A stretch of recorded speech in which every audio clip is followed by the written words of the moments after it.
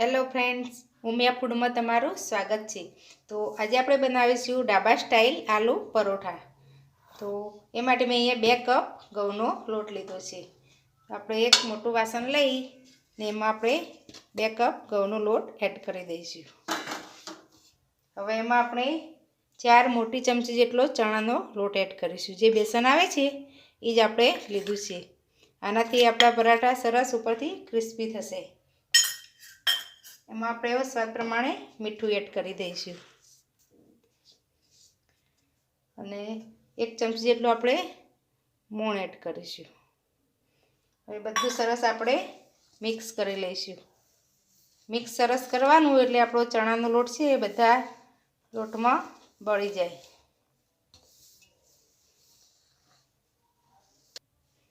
તો મિક્સ થઈ ગયો છે આપણો લોટ। હવે આપણે થોડું પાણી એડ કરી એકદમ સોફ્ટ એવો આપણે લોટ તૈયાર કરીશું।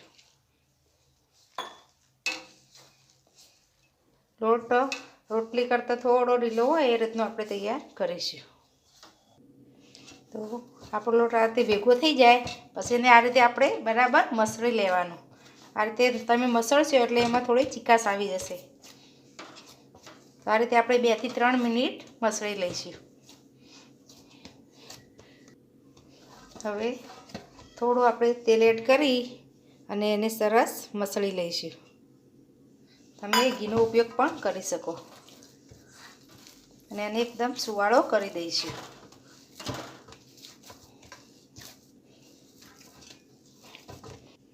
તો તમે જોઈ શકો છો સરસ લોટ આપણો લીસો અને આ રીતે સ્ટીકી થઈ ગયો છે। હવે આપણે એને ઢાંકી અને મસાલો બનાવીએ ત્યાં સુધી રેસ્ટ આપી દઈશું। તો આપણે આલુ પરોઠાનું સ્ટફિંગ બનાવવા મેં અહીંયા 4 મોટી સાઈઝના બટાકા લઈ એને સીણી વડે સીણી લીધા છે। બટાકા સીણીને જ લેવાના। જો તમે એમને મેશ કરશો તો થોડા કટકા રહી જશે તો આપણા આલુ પરોઠા તૂટી જશે। હવે એમાં આપણે 2 ચમચી જેટલા લીલા દાણા એડ કરીશું અને એક નાની ડુંગળી છે એને આ રીતે ઝીણી કટ કરી છે એ એડ કરીશું। ઓપ્શનલ છે, તમે નહીં એડ કરો તો બી ચાલશે, ના ખાતા હોય તો એડ નહીં કરવાની। હવે એમાં આપણે બીજા મસાલા કરીશું। તો અડધી ચમચી જેટલો ધાણા જીરું પાવડર લઈશું। તીખાશ પ્રમાણે આપણે લાલ મરચું પાવડર લઈશું। તો અહીંયા અડધી ચમચી લીધું છે। અડધી ચમચી એટલું આખું જીરું એડ કરીશું। અડધી ચમચી કાશ્મીરી લાલ મરચું એડ કરીશું। એનાથી સ્વાદે સરસ આવશે અને કલર પણ સરસ બેસશે। હવે એમાં આપણે અડધી ચમચી ગરમ મસાલો અને અડધી ચમચી આમચૂર પાવડર એડ કરીશું। તમે આમચૂર પાવડરની જગ્યાએ ચાટ મસાલો પણ એડ કરી શકો। હવે સ્વાદ પ્રમાણે આપણે મીઠું એડ કરીશું ને 1 ચમચી આપણે આદુ અને મરચાંની પેસ્ટ એડ કરીશું। હવે બધું આપણે સરસ હાથ વડે મિક્સ કરી લઈશું। હલકા હાથે મિક્સ કરવાનું।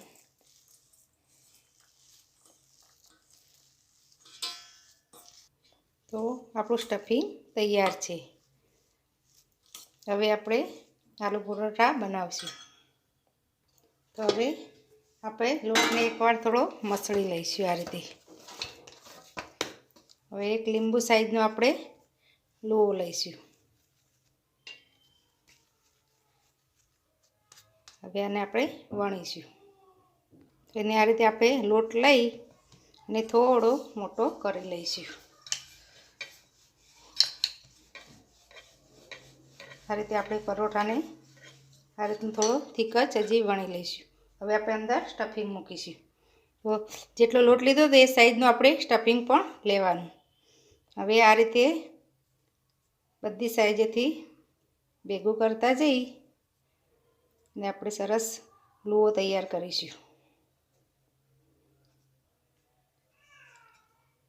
આ રીતે આ વધારાનો લોટ છે એટલે આપણે લોટમાં લઈ લઈશું।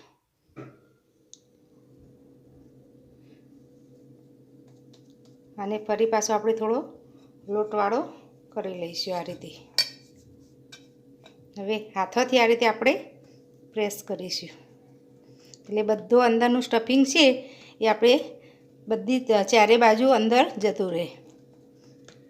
આ રીતે બને ત્યાં સુધી આ રીતે જ આપણે પ્રેસ કરી અને પરોઠાને મોટો કરીશું।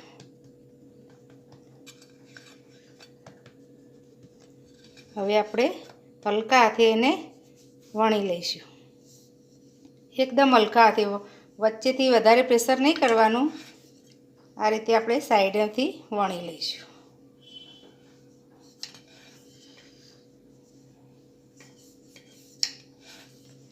આ રીતે ધીરે ધીરે આપણે પરોઠાને પતલો કરીશું.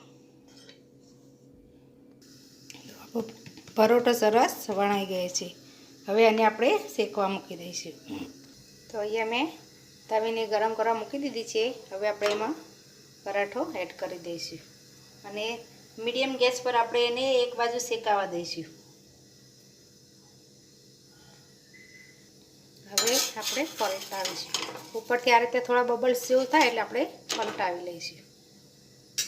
હવે ઉપરથી તમે થોડું તેલ એડ કરી, તમે ઘી પણ એડ કરી શકો.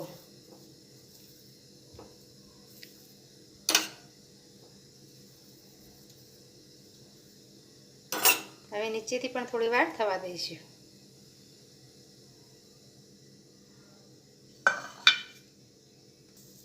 હવે આપણે પલટાવી દઈશું અને ઉપરથી પણ થોડું આપણે તેલ કે ઘી આ રીતે એપ્લાય કરી દઈશું.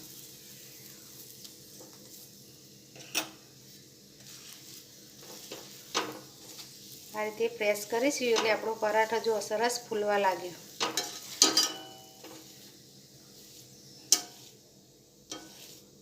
આખો પરોઠો સરસ ફૂલી ગયો છે. તમે જોઈ શકો છો, સરસ ફૂલી ગયો છે. તમે આ રીતે બનાવશો તો તમારા પરોઠા સરસ ફૂલશે. હવે આપણે બીજી બાજુ પણ થોડો ક્રિસ્પી કરી લઈશું. હવે પલટાવીશું તો આ સાઈડ પણ સરસ ક્રિસ્પી થઈ ગયો છે અને તમે જોઈ શકો આખો પરોઠો આપણો ફૂલી ગયો છે. હવે આપણે એને પ્લેટમાં લઈ લઈશું. તો આપણો બીજો પરોઠો પણ તમે જોઈ શકો છો સરસ ફૂલી ગયો છે. એને પણ આપણે આ રીતે ક્રિસ્પી કરી લઈશું. તો આ રીતે આપણે બધા પરાઠાને બનાવી લઈશું. આપણા પરાઠા તૈયાર છે. તો હું તમને કટ કરીને બતાવી દઉં કે આપણું સ્ટફિંગ છે એટલે આખા પરાઠામાં આવી ગઈ છે. બહુ ગરમ છે. આ તમે જોઈ શકો છો.